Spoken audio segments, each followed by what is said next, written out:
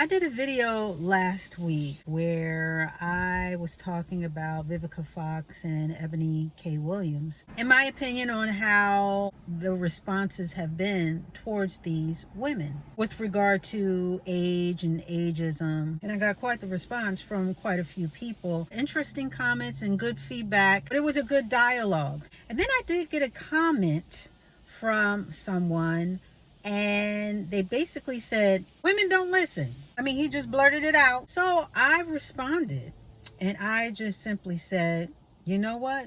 I don't know how this relates to what this video is about and ageism, but I agree. I do agree that women don't listen. Of course, I'm not talking about every woman, but overall, we don't seem to listen to men. I am a woman. I can honestly admit these things. I've seen it in real life. I even saw a video. Well, a couple of videos, but this one in particular where the guy is telling the woman, and he's basically saying, listen, we're not into all the fancy stuff and the this and the that and the surgeries and yada, yada, yada. We like women to just be this way and that way. We're not really worried about all that. And she went on to womansplain to him what men like in a woman, how they like to date, how men pick women, and what men are looking for in a relationship. And I'm listening to this and I am saying to myself,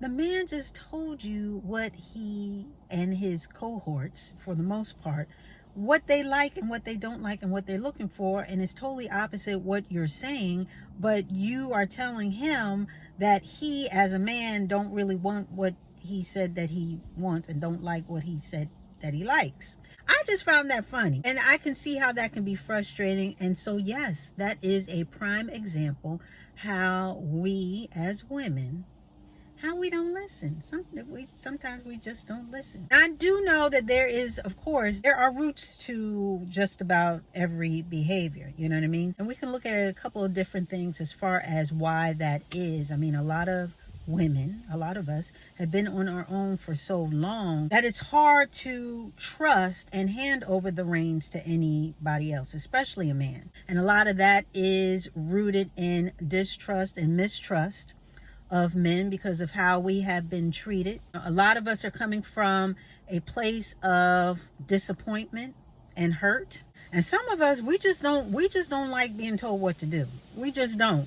We're not going to listen to nobody. I'm grown. I know what I want, and whatever you got going on, if it's not jiving with what I want, then I'm just not going to listen. And some of us are bitter Bettys. We are. I mean, let's just keep it real. And again, that goes back to being or coming from a very hurtful place. A lot of us are still carrying baggage from past relationships and the way that we've been treated in the past, and we bring it into our present and future relationships, thinking that all men are the same. We carry this burden, this emotional trauma that can fester and bubble up in different ways. Headstrong and defiant, you sort of harden your heart. So the response and the not listening and the combative attitude is really, it's nothing but armor. It's the armor that we put on every time we get into a relationship, expecting a battle. Even when talking with a man, we see them as the adversary,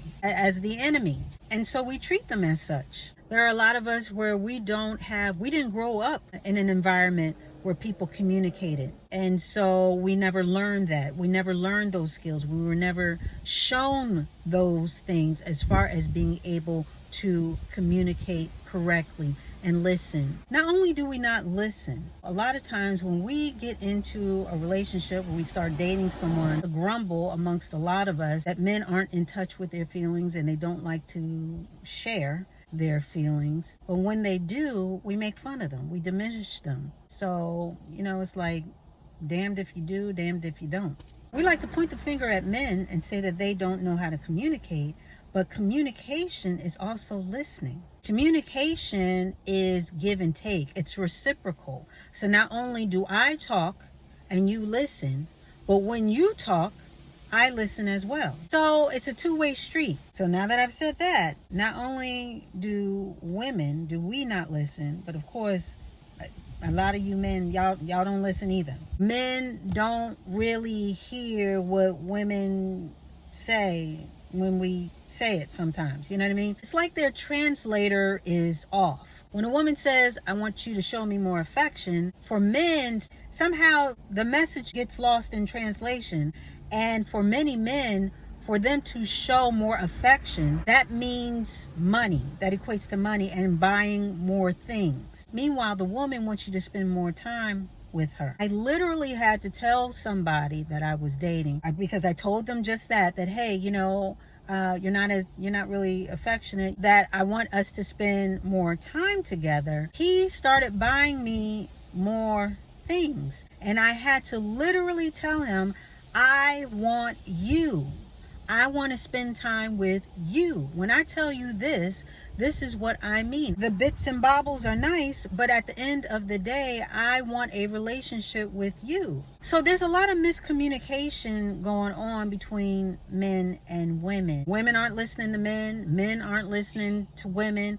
And when they think they hear them, they get in a total different translation of what is being said. I mean, it is just like the Spider-Man meme, where all the different Spider-Mans are standing around and pointing at each other. It's immediately what it's like that. Everyone is accusing everyone else as being the problem in the relationship. But at the end of the day, we need each other to make it work. We both need to make it better. Both sides. We both need to learn how to communicate better with each other and not just throw up our hands and then tear each other down, because at the end of the day, we do need each other. Internet can be a very dismal and derogatory place. A lot of anger and vitriol thrown from either which side. People talk about how we don't need each other, and I don't need no this, and I don't need a man, I can do this and that. Again, nobody's really listening to each other. There seems to be a line drawn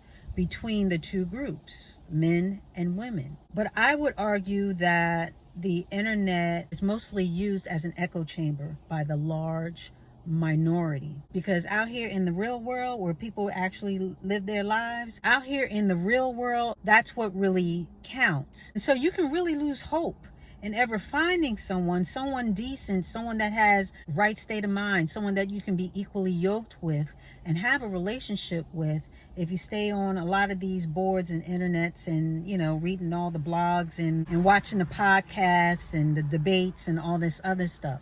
It's only in the real world and through real interaction that we're going to really be able to not only listen to one another, but really communicate, be heard, as well as find a solution to moving forward. And that is if you want to find a solution, because a lot of people, they just like, the money is in the mess. You know what I mean? So some people, they like to be at odds. They like to argue. They like to, stir up the pot because there's a payoff for them. But I would encourage those who are really looking for a relationship that communication is really key. Communication is a skill that you can definitely build on and get better at, and it is definitely key in finding a good relationship. And not only finding it, but also keeping it. And again, part of communication is not only the talking and the telling, but the hearing and the listening.